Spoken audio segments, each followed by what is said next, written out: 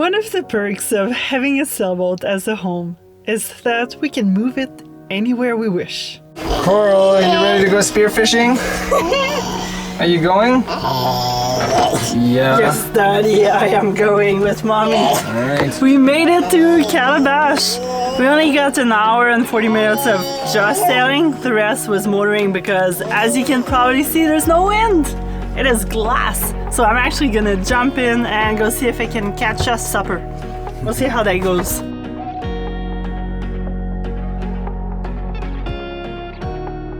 As a family with a very young baby, we can't really snorkel together. So having the reef only a few hundred feet away is a true joy. We have visual on each other's, and it's a quick dinghy ride back, or a slightly longer swim. Today, Captain Scott is joining me in my spearfishing mission. I love having someone else with me for safety, especially when spearing. I also get to share the gorgeous reef and point out a coral or a fish to look at.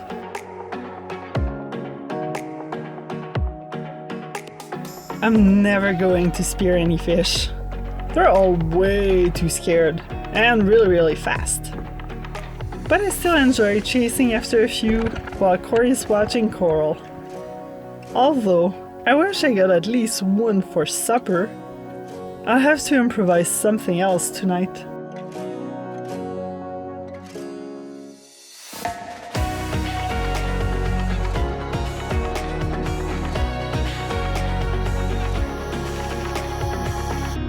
Last night was a rough night of sleep.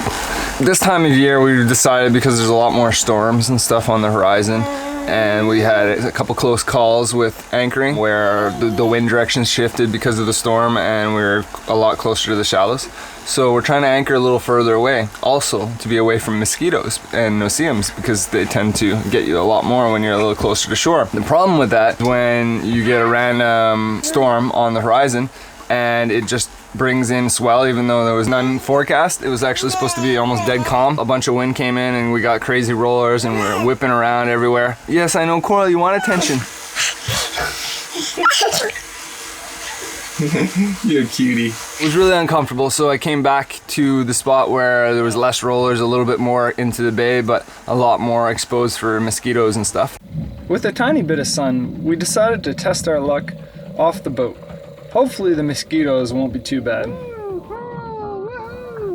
The wind was still light, perfect for Alex to grab the paddleboard.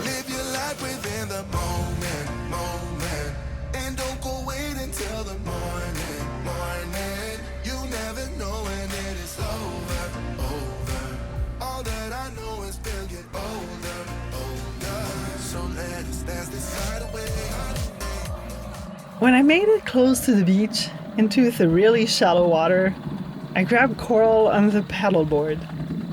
Here, if anything happens, I can jump into the water and stand up.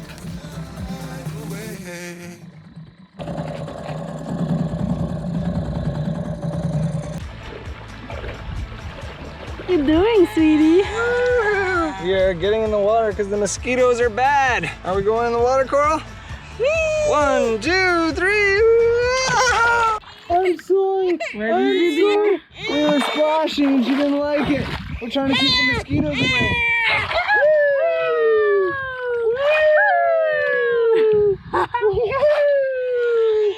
Nope. Not having it? Not having it, sweet pea? Oh boy, we're in the water. We're in the water.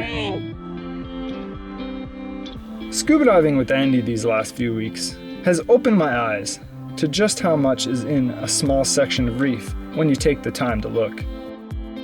While spearfishing, although beautiful and eye-catching, the coral often gets overlooked as I search for my next meal. Using my limited breath hold to search means I miss out on some of the really unique and interesting parts of the ocean floor. On this dive, I wanted to focus on getting a closer look at some of these beautiful animals.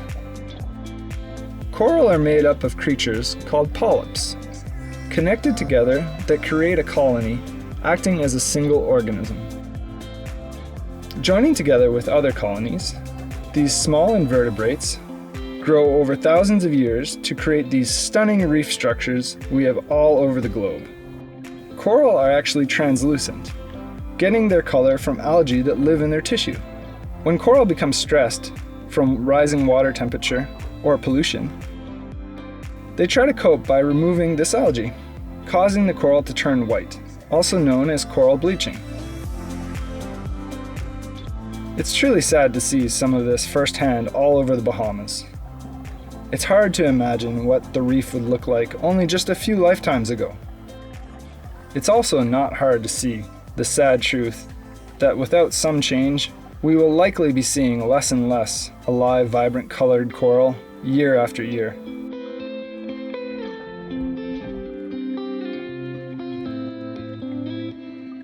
Andy grabs a dead conch shell on our way back to the surface. You won't guess what's inside. Little octopus, I guess. Yeah, yes, I just come. It's your new pet, Andy the octopus. What do you think, sweetie? That's cool, eh? Baby octopus for a baby coral. It's funny, the tip of one of his tentacles is going more red. I know. He changes such colors. Oh, it's starting to have blue dots on top of him on one side. Let's get our hair stick to him though. It's kind of special, this suction, eh? Mm-hmm. It's like holding on so tight to me right now. Poor little guy. I think he's scared. Time to go back to sea. It's crazy. The month of May is a lot of rain, a lot of cloudy days, and tons of mosquitoes and no CMs. And a little bit of sun too in between all that. But it is wet.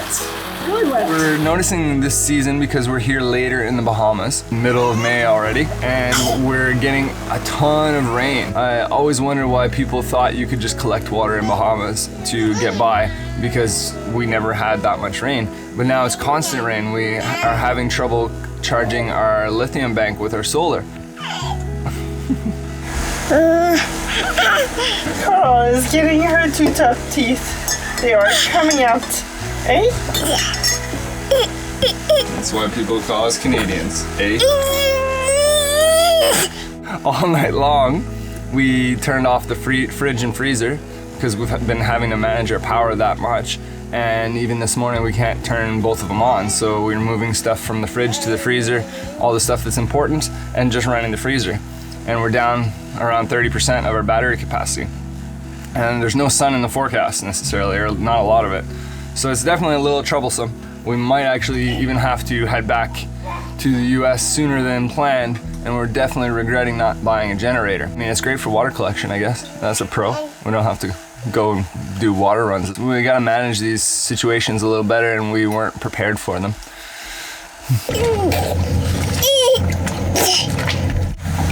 You're not pooping, are you? Yeah. That's a very serious look. Are you helping Daddy? She's very excited about helping Daddy. I think she wants the saw really badly, but she's not playing with the saw. Daddy's making a water catchment system for solar panels. We're improving because we have been catching lots. Oh, the storm's brewing outside. Coral is under attack. You're so delicious. Another stormy day and the batteries keep dropping. Today would be a perfect day for doing some editing, but we just don't have quite the power. So playing inside the boat. Actually, the wind's really nice. It's cool. And there's no mosquitoes or no CMs. Because it was war at 3:20 in the morning last night. Just killing all of them. We've never been in the Bahamas this late, and it's getting real hot. We need more airflow. We had these rigged up kind of temporarily, but now it's time to actually wire them in because now we know where we want them. It's not all just fun and adventures, like diving or exploring. Things break or need maintenance, so a cloudy or rainy day is the best time to take on these projects. My favorite place to be on a hot day, our stuffing box on our propeller is all out of stuffing. I gotta put some more pieces like this. Got them cut on an angle so that they meet up nicely around the shaft. I really don't have much room in here, so that's why I've been procrastinating it so much. So I got to somehow get my arms in between here, two at the same time. Not a lot of room. This is the best access I got though. The only other access is a little door over there, but then I have even less room. It's leaking quite a bit. I know the nut isn't super tight because I had already maxed it out, so I should be able to loosen it off here pretty easy. There's gonna be a bunch of water. I got a rag that I'll wrap around and reduce some of the water flow, but the bilge is definitely gonna be working while I do this. Because I gotta unscrew this, try to pick out the stuffing the best I can with one arm, and here we go. Oh, look at that. Full ring of stuffing was still in there. So yeah, I guess I had some stuffing, but not enough, I don't think. Some more. There we go. But yeah, there's not much left of this. It looks pretty destroyed. We keep doing it every day. We look at the weather, it's cloudy. We look at the next day, and it's calling for sun and cloud. I think we can stretch the batteries one more day. So we turn off the fridges. We turn on the fridges only for like an hour or two a day just to keep it cool, not even cold. The freezer we've been keeping a little bit colder, just because we have a lot of food in there still. But we've been sitting at like 15 to 25% for the last, feels like a week almost. And now today, which was supposed to be another sunny day, is so cloudy you can't even make out any shapes in the sky. So we're making maybe 1 amp of solar, 2 amps max. Luckily, we're anchored here in Calabash Bay, and there's a really nice resort, the Stella Marie Resort. There's a nice restaurant in there. And the staff there, a lot of them are Canadians, and they're really friendly to cruisers.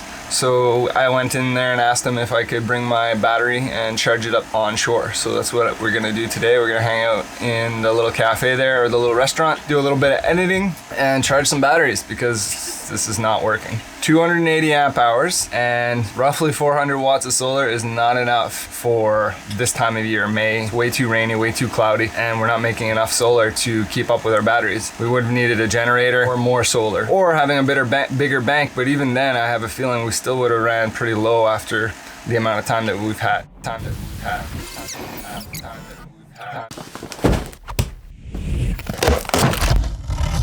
Wow! This should fix our problem. We are not paid to make this content, but UnoWix was kind enough to send us some lithium batteries to test out. Later on, we will be doing an in-depth review about them, but not before we get to intensely test them so that we can give you our honest opinion. But for now, these are our first impressions. They're only $500 US and come with a 10-year warranty. We didn't have to build them, and they have an integrated BMS, which means less maintenance than our DIY Eve cells. But at 27 pounds each, and needing 3 of them to be close to our 50 pounds 280 amp hour battery, it's kind of heavier and takes more space. They do look well built, and a plastic box is a big plus against corrosion on a sailboat. This should solve our problem for next season, but let's see what we can do for now. Come here, gorgeous. Yeah? Doing a little editing while we're here.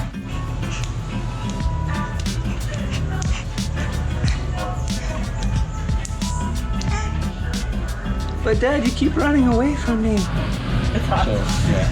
I just tried the sugar.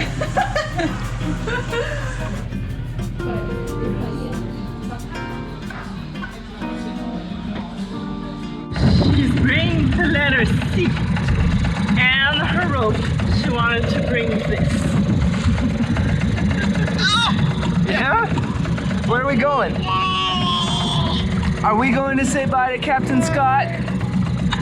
Yes, we are. Yes, it's our last day with him. We meet so many unbelievable people while sailing, and some of them become the closest thing to what we can call a family. The connections you create are hard to describe. Sometimes it feels as if we've known each other forever. Don't stop. She's gonna miss you. She's gonna miss me. Oh yeah, she Then after a couple of days, she'll quit. Like, who is Captain Scott? Who is that? What we experienced together, I guess the hardships and the magical moments, are probably what creates that unique bond. So going our separate ways can be hard. But it's a moment we all know is coming at one point or another. Fair winds and following seas, Captain Scott. I have always wanted to go night diving and experience all the vibrant colors and creatures that only reveal themselves after dark. When I mentioned this to Andy, my dive instructor and friend, being the keen diver he is, he suggested going tonight. How can I say no? Entering the water, it becomes clear that this is going to be completely different than any other dive I have done. I am happiest in my own life when I push my boundaries, when I push past what I believe I am capable of and learn a new skill or conquer a fear. I've gained a lot of comfort in the open water, but diving in pitch black with only a small light to guide me made me anxious.